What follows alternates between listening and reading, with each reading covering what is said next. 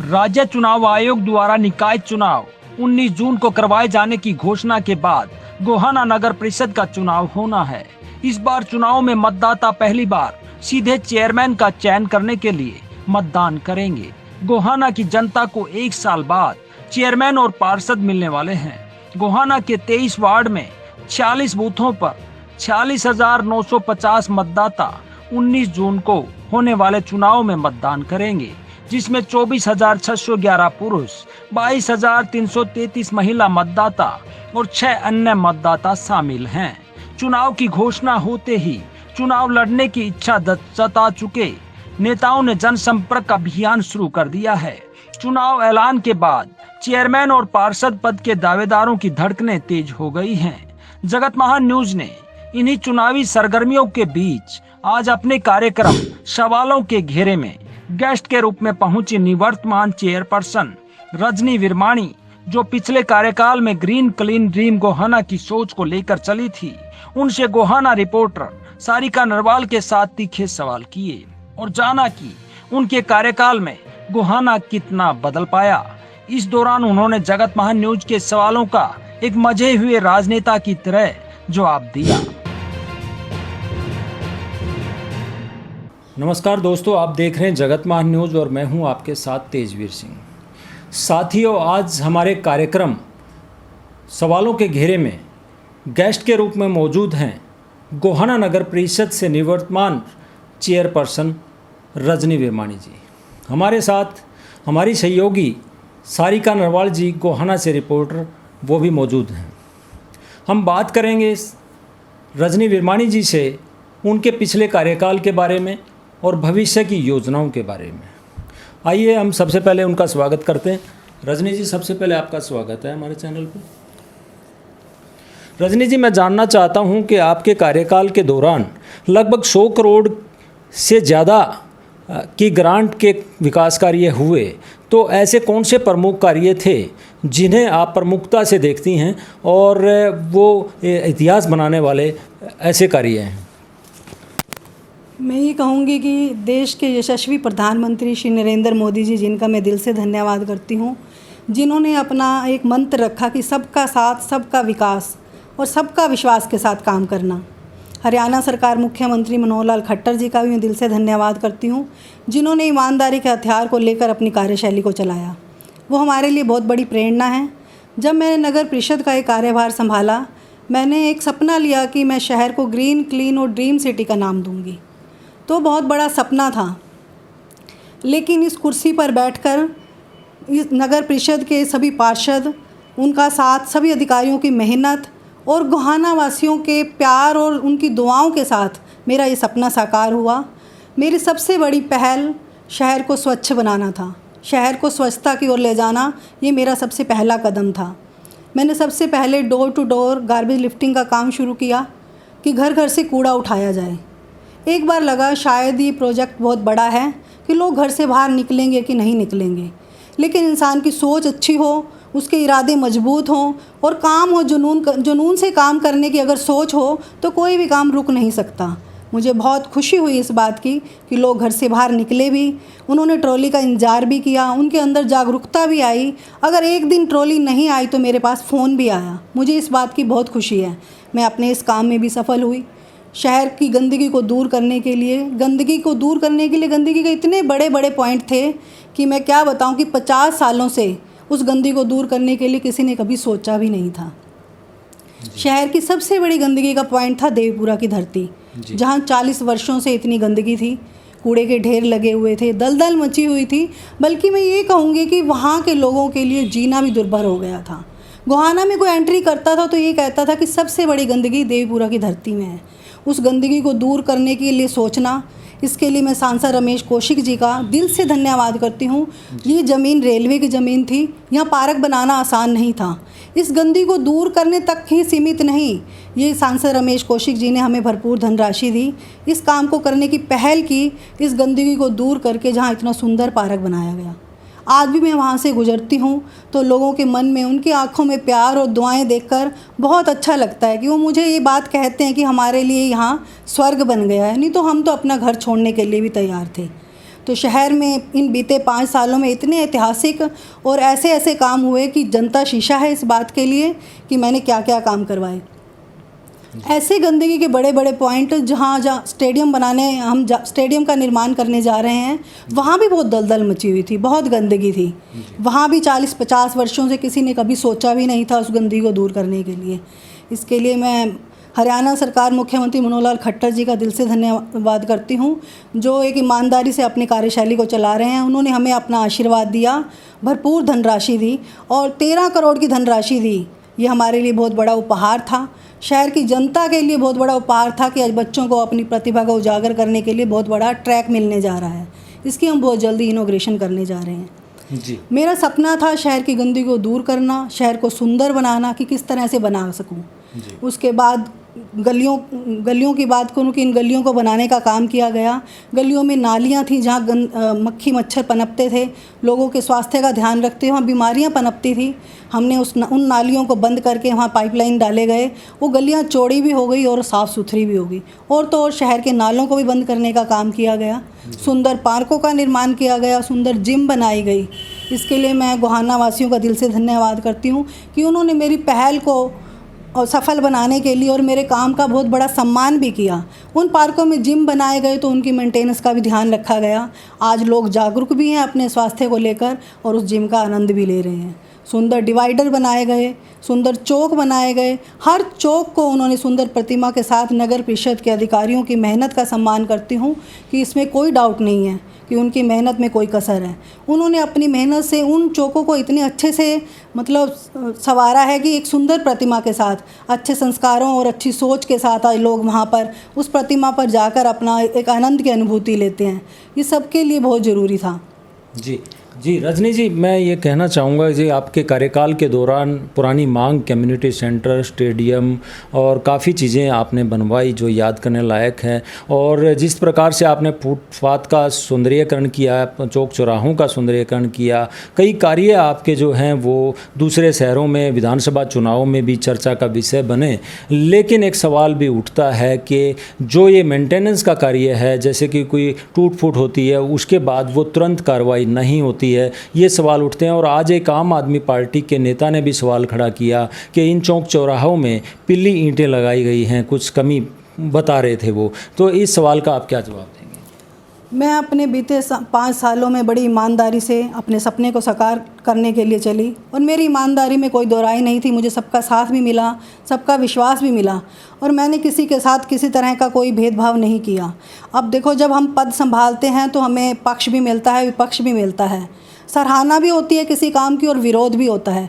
लेकिन जब हम मैदान में उतर चुके हैं अपने काम के लिए, पीछे मुड़कर अगर हम पीछे मुड़ेंगे तो ये हमारे एक अच्छे नागरिक के लिए अच्छे संस्कारों की अनुभूति नहीं होती।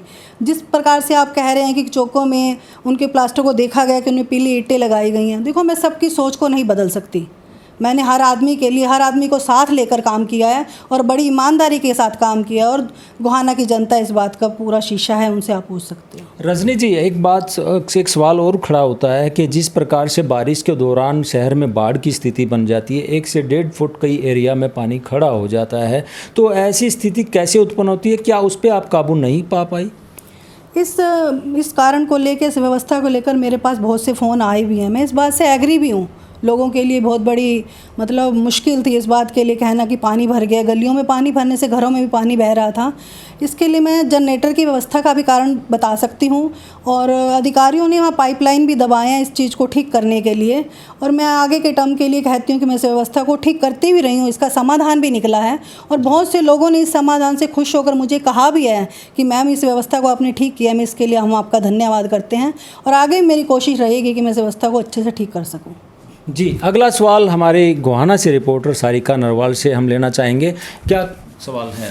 मैं पूछ रही हूँ रजनी मैडम आपसे, आपने 5 साल का कार्यकाल पूरा किया, आप पार्षद बन के चेयरपर्सन के पद पर गई और अब दोबारा से एक फिर पारी खेलने की आप तैयारी कर रही हैं। आप ही क्यों टिकट की दावेदारी कर रही हैं? मैं टिकट की दावेदारी इसलिए कर रही हूँ क्योंकि 5 सालों में गोहाना की जनता ने मुझे इतना प्यार दिया है, इतनी दुआएं दी हैं कि उनकी आंखों में प्यार देखकर मुझे लगता है कि वो फिर से चाहते हैं कि मैं उनके बीच में आऊँ। ईमानदारी का हथियार लेकर मैंने जो सपना लिया था वो सपना उनके प्यार से साकार होने जा रहा है और मैं फिर से चाहती हूँ कि मुझे पार्टी ये मौका दे और मैं फिर से इनके लिए सेवा कर सकूँ। रजनी जी, एक अफवाह जो है अभी माहौल में जो जिस प्रकार से चुनावी माहौल बना हुआ है, एक अफवाह उड़ रही है। वो कहते हैं कि भाई अगर रजनी विरमाणी को भाजपा से टिकट नहीं मिलता है तो वो निर्दलीय चुनाव मैदान में उतर सकती है। ये आपके विरोधियों की चाल है या अफवाह है या क्या कहेंगे, या इसमें कोई सत्यता है? मैं ये बात आपको पहले भी कह चुकी हूँ कि मैं लोगों की सोच को नहीं बदल सकती, जितने मुँह उतनी बातें। मैंने ऐसा कुछ नहीं कहा। मैंने भारतीय जनता पार्टी के लिए, पार्टी ने मुझे मौका दिया, मैं 5 साल मैंने इस कार्यशैली को निभाया है और आगे भी मैं मैदान के लिए उतरी। मैं आपको कह रही हूँ और मुझे पार्टी पर पूरा विश्वास है कि मुझे टिकट मिलेगी और मैं जीत के दावेदार बनूँगी। जी, अगला सवाल सारिका ने। अब 5 साल के कार्यकाल में एक विपक्ष भी था आपके सामने, आपको भी पता है कि पूरा आपके पक्ष में माहौल नहीं रहा। तो जो विपक्ष में जो लोग बैठे थे उनका ये आरोप है कि हमारे वार्ड के काम ठीक नहीं किए, हमने जिस काम के लिए डिमांड की चेयरपर्सन ने उन कामों को वहीं रोक दिया और अब 5 साल आगे फिर आप तैयार हो रही हैं कि मैं उस कुर्सी पे जाऊं। तो विपक्ष के सवालों का क्या जवाब है? मैं अभी आपको पहले भी बात बता रखी हूँ कि पक्ष के साथ विपक्ष भी रहा, सराहना भी रही और विरोध भी रहा। ये बहुत सी मीटिंग में मेरे साथ पार्षदों ने ये बात की कि हमारे वार्ड में काम नहीं हो रहे, लेकिन जहाँ अधिकारियों की कोई कंप्लेन थी, उनकी व्यवस्था में कोई भी दिक्कत आई, मैंने उस काम को कराया भी है और उसका समाधान भी हुआ है। सबका साथ, सबका विश्वास और ईमानदारी के साथ मैंने काम किया है और तभी शहर में इतने विकास हुए। आज लोग इस बात की चर्चा करते हैं कि बदलाव हुआ है तो गोहाना में हुआ है, विकास हुआ है, तो मेरे घर का तो कोई काम हुआ नहीं। इन पार्षदों को साथ लेकर उन्होंने कंधे से कंधा मिलाकर मेरे साथ काम किया है। मैं उनका सम्मान करती हूँ और उन्होंने मेरे आगे बात भी रखी कि आज हमारे वार्ड में काम नहीं हो रहे, तो मुझे इस बात की बहुत खुशी हुई। कम से कम उनके मन में एक अच्छे पार्षद होने के लिए, उन लोगों के लिए, उनके लिए मन में एक सच्ची सोच है कि हम चिंतन है उनके मन में काम करवाने का, तो मैंने उनके काम का भी समाधान किया। रजनी जी, अपराध जो है वो लगातार शहर क्या पूरे हरियाणा क्या पूरे देश में बढ़ता जा रहा है। तो सुरक्षा की दृष्टि से अगर हम बात करें तो पिछले कार्यकाल के दौरान सीसीटीवी कैमरे हमारे चर्चा का विषय तो बने, लेकिन शहर में नहीं लग पाए। अगर आपको दोबारा से मौका मिलता है तो आपकी क्या योजना है? बिल्कुल, अगर पार्टी मुझे फिर से मौका देती है जनता का विश्वास जीतने के लिए, तो मैंने बहुत से प्लान ऐसे बनाए हुए हैं। जो पिछले काम मेरे पेंडिंग रह गए मैं उनको भी पूरा करूंगी और अगले प्लान में जिस तरह से क्राइम की बात हो रही है कि अपराध बढ़ रहा है, और इसके लिए मैं सीसीटीवी कैमरे लगवाऊंगी और मैंने ये सोचा है कि इसका जो कंट्रोल रूम है वो नगर परिषद में लगाया जाए या पुलिस थाने में लगाया जाए, और ताकि कैमरे में अच्छे से पिक्चर दिख सके और अपराधी को पकड़ा जा सके। मैं मैडम आपसे एक सवाल पूछना चाहती हूँ। ठीक है, महिला सशक्तिकरण का ज़माना और आपने अच्छे से 5 साल निभाए। एक आरोप ये भी है, या मेरा सवाल लगा लो, कि आपके पति इंद्रजीत विरमानी का कितना इंटरफेयर रहा आपके काम में? देखो, जब मैंने नगर परिषद का एक कार्यभार संभाला, बहुत से लोगों की बातें मेरे पास है, लेकिन मुझे इस बात का कोई डर नहीं है, कोई खौफ नहीं है।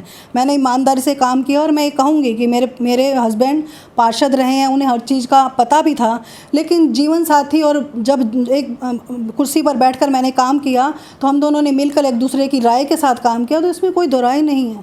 मैं इस बात को गलत नहीं समझती। जी, आपका एक सपना था जब आप यहाँ से चेयरमैन बने, ग्रीन क्लीन और ड्रीम गोहाना का, अब आगे क्या? गोहाना को ग्रीन क्लीन बनाने का जो सपना था वो शहर की जनता ने मुझे प्यार भी दिया, बहुत दुआएं भी दी और अपने विश्वास के साथ सपने को साकार भी किया। मुझे बहुत खुशी है, बल्कि मैं सौभाग्य समझती हूँ अपना कि 5 साल का जो कार्यकाल पूरा हुआ, मुझे नगर परिषद के अधिकारी इतने अच्छे मिले, पार्षद की पूरी टीम इतनी अच्छी मिली और शहर की जनता के प्यार का तो मैं जो आभार है मैं अपने शब्दों में व्यक्त भी नहीं कर सकती।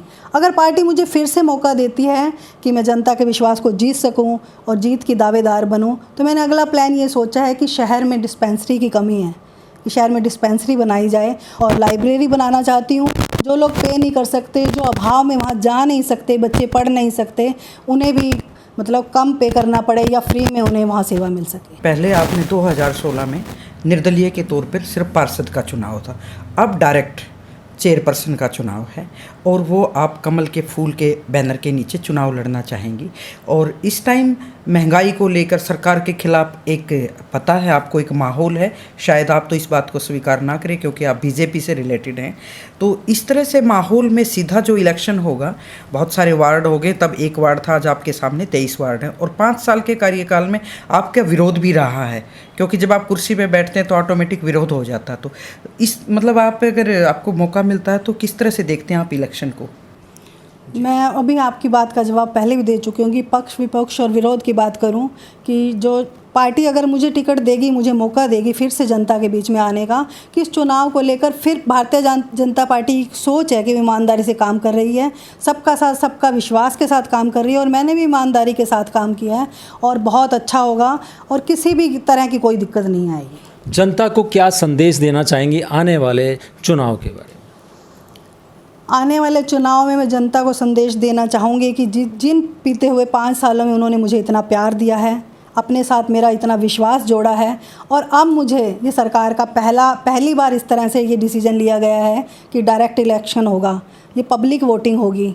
अब एमसीओ का कोई ऐसा रोल नहीं रहेगा, लेकिन मैं जनता से कहना चाहूँगी कि अब की बार मुझे उनके प्यार और विश्वास के साथ उनकी वोट भी चाहिए, उनकी सपोर्ट भी चाहिए और मैं दावा करती हूँ इस बात का कि जनता पर मुझे विश्वास है कि वो मुझे वोट भी देंगी और जीत का दावेदार भी बनाएंगी।